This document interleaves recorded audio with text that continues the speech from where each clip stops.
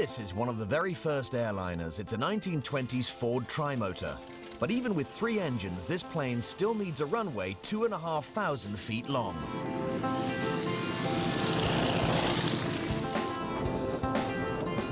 And that's the thing about aircraft engines, they've got to get off the ground.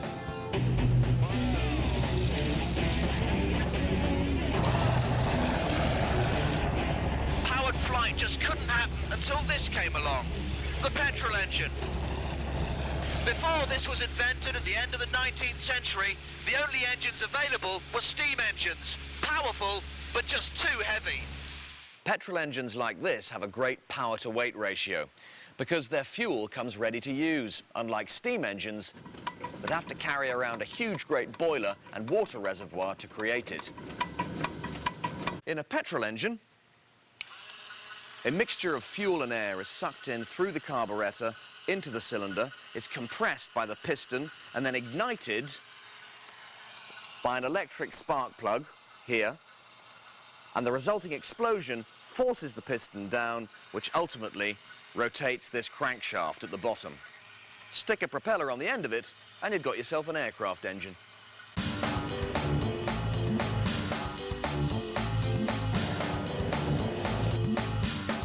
So in 1903, it was a petrol engine that enabled the Wright brothers to get the world's first powered plane into the air.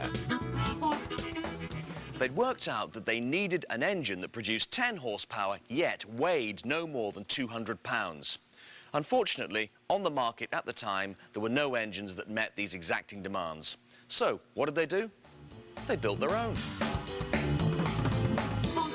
The first petrol aircraft engine was born. They went for 4 cylinders in a line, the power being transmitted to the propeller by a chain. They kept it cool by running water around it from a radiator. It was an engine that for the first time in history was powerful enough and light enough to lift itself and a single human being into the air.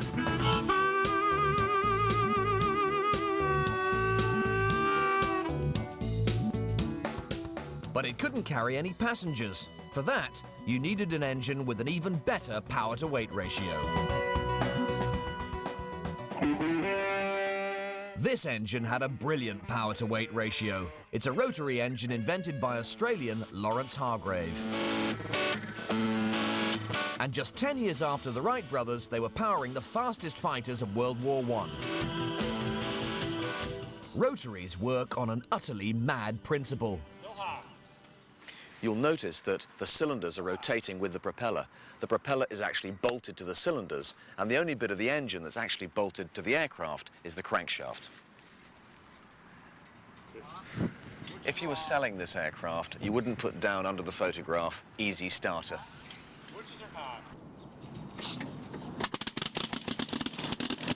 It weighed 290 pounds. That's 50% more than Wright's first aero engine, but rated at 160 horsepower, it was 13 times more powerful. And by arranging the cylinders in a circle like this, they were all exposed to a steady stream of cold air coming in from the front, so no need for a heavy water cooling system, improving the power-to-weight ratio even more.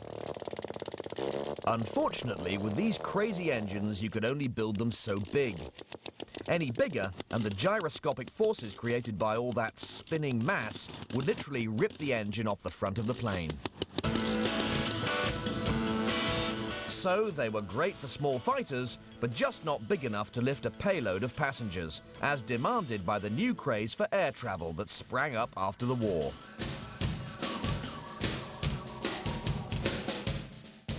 But a sanitized version of the mad rotary would form the main engine of big airliners for the next 40 years. The radial engine. Radial engines were perfected by Frederick Brent Rentschler, who set up his company, Pratt & Whitney, to build them.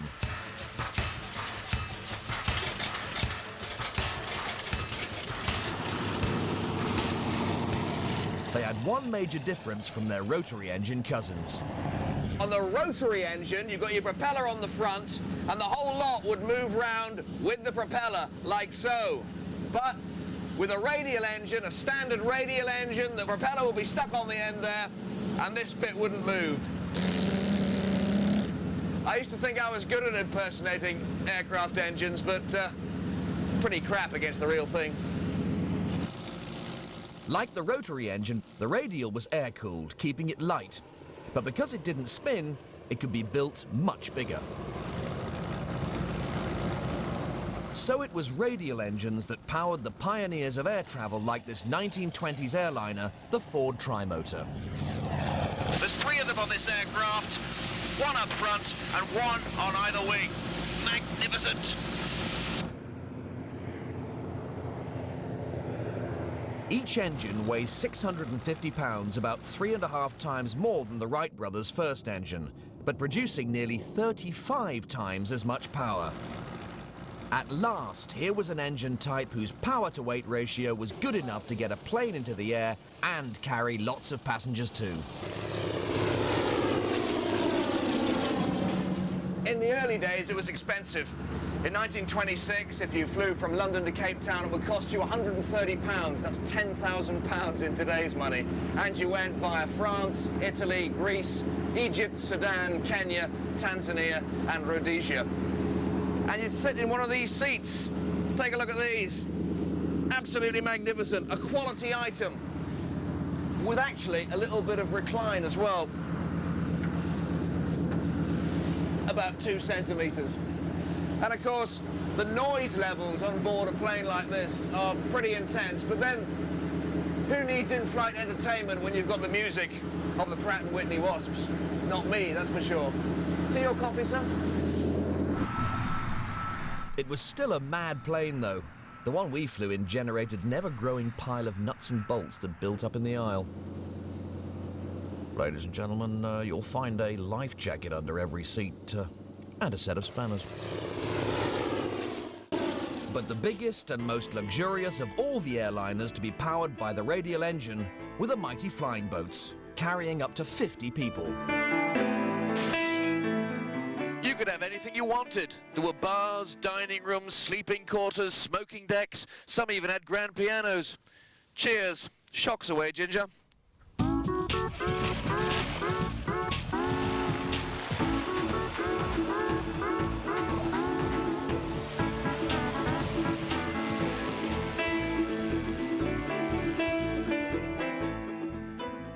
At the time, the flying boats were the biggest planes ever built. And they were powered by the biggest engines. These are radial engines, but not as we know them from the Ford Trimotor. This is a Pratt & Whitney Twin Wasp engine, one of the most efficient and reliable engines of the 1930s. The Twin Wasps had 14 cylinders, as opposed to the 9 found on the standard Wasps that powered the Ford Trimotor. But really cleverly, the 14 cylinders were arranged in 2 banks of 7, with 1 row of 7 directly behind the other. So, although the engine was bigger and much more powerful, the front of the engine was more or less the same diameter and didn't create any more wind resistance.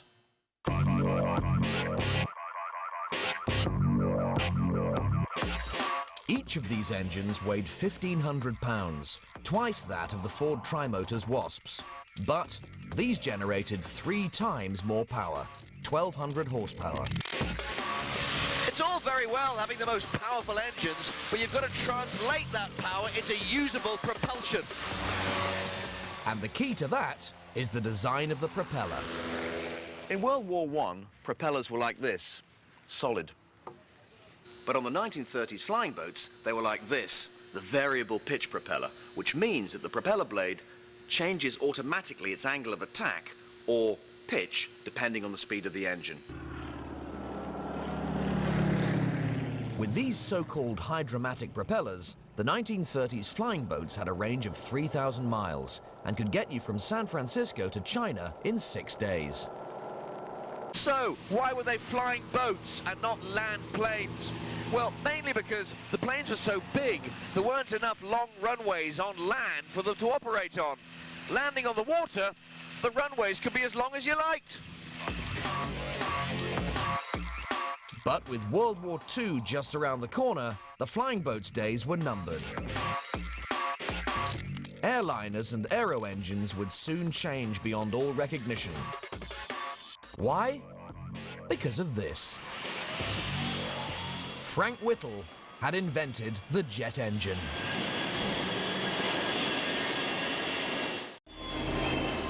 The invention of the jet engine would change air travel forever. Airliners were about to get much bigger and much faster. This is a jet engine. It's a jet engine you can hold in your hand, but it is nevertheless a jet engine. So, how does the jet engine work? Well, inside this casing, you've got one of these, which is a shaft with a turbine on the back and a compressor on the front. Now, once this is set in motion, the compressor sucks in air through the front of the engine. That air is then squashed and compressed as it moves further and further into the engine. When it gets to the combustion chamber in the middle of the engine, fuel is added to this air, and the whole lot is ignited by a giant spark plug. The resulting explosion forces gases out of the back of the engine at great speed. Then the whole lot goes that way.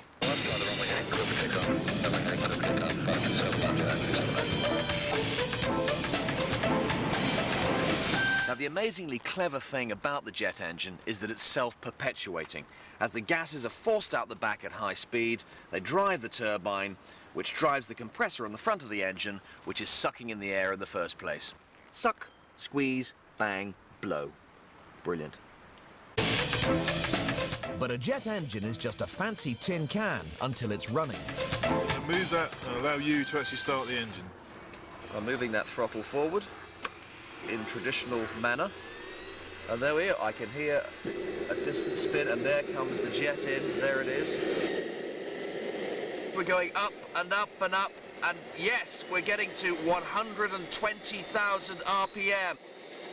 And the exhaust gas velocity is 600 miles an hour.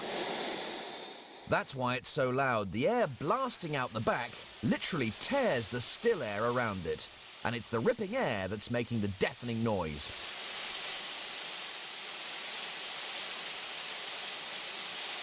But it's not as loud as the real thing.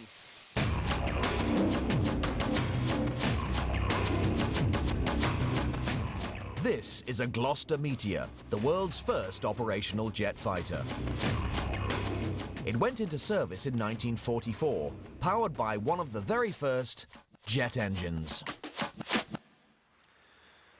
It was invented as far back as 1929 by Frank Whittle, a flight lieutenant and test pilot in the RAF. But the concept was so revolutionary, the Air Ministry didn't want to know. Jet engines were so different to the old piston engines, it was like comparing apples and pears. It was only when the jets were put in flying test beds like this Gloster Meteor that jet engines and piston engines could really be compared. And they found that it wasn't like comparing apples and pears, more like comparing apples and very large melons. Jets work more like a rocket engine. An internal explosion drives gases out the back and propels it forwards. Because of that, they're not measured in horsepower like the piston engine, but in the same way as rockets, in pounds of thrust. The new jets were light, simple, and although they'd need a lot of development, they had the potential to go fast, very fast. Partly because they didn't have propellers. With a propeller, it's very hard to go much over 400 miles an hour. Faster than that, and the propeller stops working properly. It just can't grip the fast-moving air around it.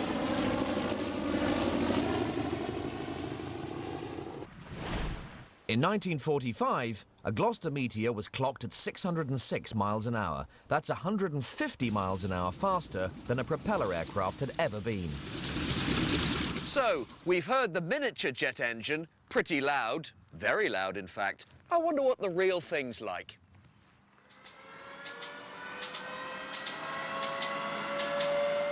Sticky starter motor. We've all had that before.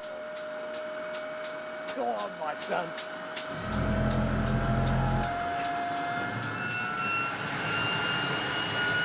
Incredibly loud, but classy. Classy, with presence.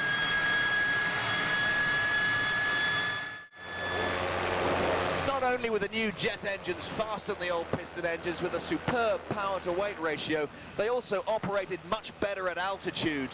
The thinner air gave a less bumpy ride, and with less air to power through, less fuel was needed, which brought costs right down. This made jet engines perfect for airliners and would condemn the old piston engines to graveyards like this old hangar we found in Florida. Where do you start in this room? It's just absolutely unbelievable.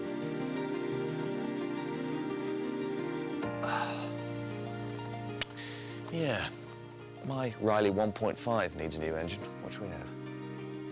Some of the greatest engines ever made are kept in here. The Pratt & Whitney R2800 would have found that in DC-6 and many other aircrafts from the end of the war through the 50s and onwards. Further on here, we've got the Bristol Centaurus engine, a great engine, powering some of the most powerful fighters of the Second World War, the Sea Fury, among others. Perhaps the greatest motor of all, if we're talking, as we are, about massive engines, is the largest piston engine for an aircraft ever made, and it's the Pratt & Whitney R4360. This lump powering some of the most massive, the ultimate piston-engined aircrafts. Like the final version of the Lockheed Constellation. But the Constellation could only do 320 miles an hour. New jet airliners, like the de Havilland Comet, could do 520. The jet age had truly arrived.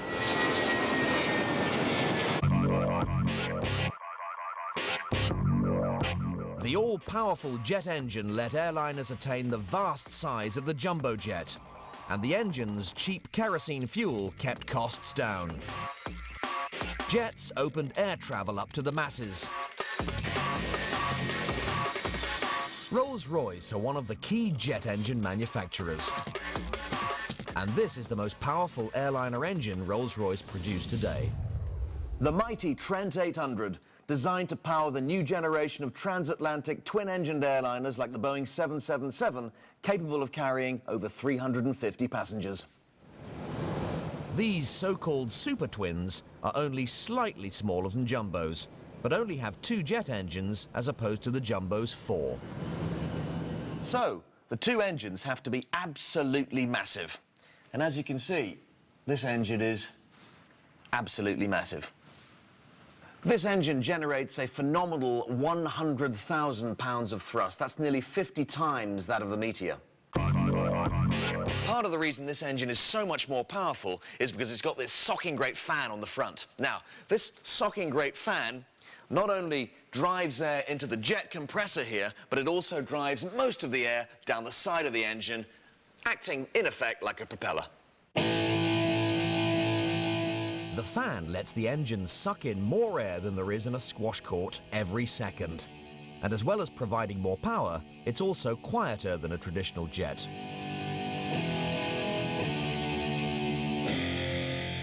Nearly every jet airliner flying today is powered by massive engines like this. So how do you build something like that? The answer isn't necessarily quite what you'd expect. This is the Rolls-Royce jet engine production line. Here, all manner of jet engines are produced, including the mighty Trent 800. But look, it's not a robotic production line like you'd find in the average car plant. Each engine is hand-built from the bottom up by a team of 5 men.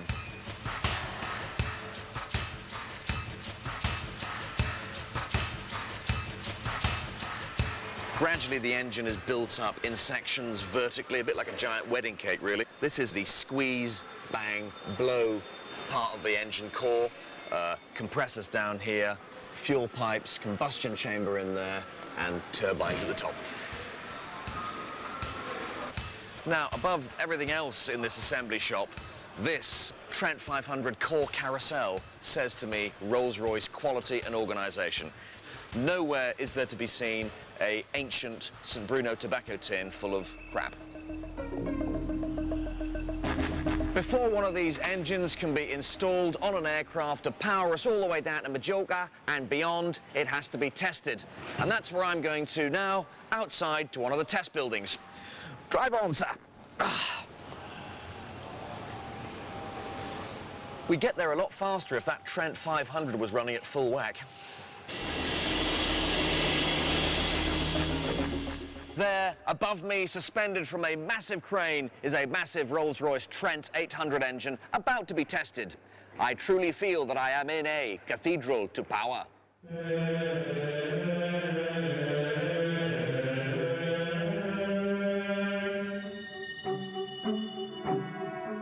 Under test, this engine has operated way beyond the level that would be required in everyday service. It's basically taken on lots of little flights, takeoff, cruising, and landing. But at 100,000 pounds of thrust, you've got to ask yourself the questions, how strong does that crane have to be, and how much noise does this engine make? The answer is a lot, but in the control room just about 10 feet away, you can't hear a single thing thanks to the soundproofing qualities of these giant double doors. Double glazing, sir. PVC or wood. Or concrete and steel composite. Certainly keeps the burglars out. So here I am in the control room. There on the screen is the engine we're testing. In reality, that engine is round about 20 feet away on the other side of those double doors. And here I am at the controls. And of course, to control the engine, we have a throttle lever just like the one you'd find on a real aircraft. So let's rock. Gently does it. Let's not overload it too quickly.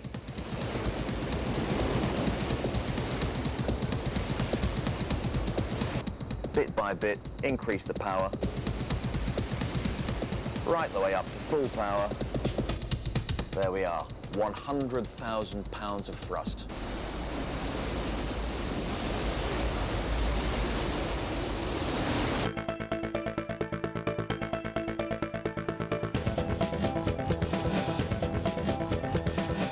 Airliners have transformed the way we travel, making all parts of the world accessible to the masses. It's incredible to think that at any given moment, there are over 500,000 people travelling on jumbo jets alone. Good morning, ladies and gentlemen. This is your captain speaking, welcoming you aboard this flight to Munich today. And takeoff. Full power.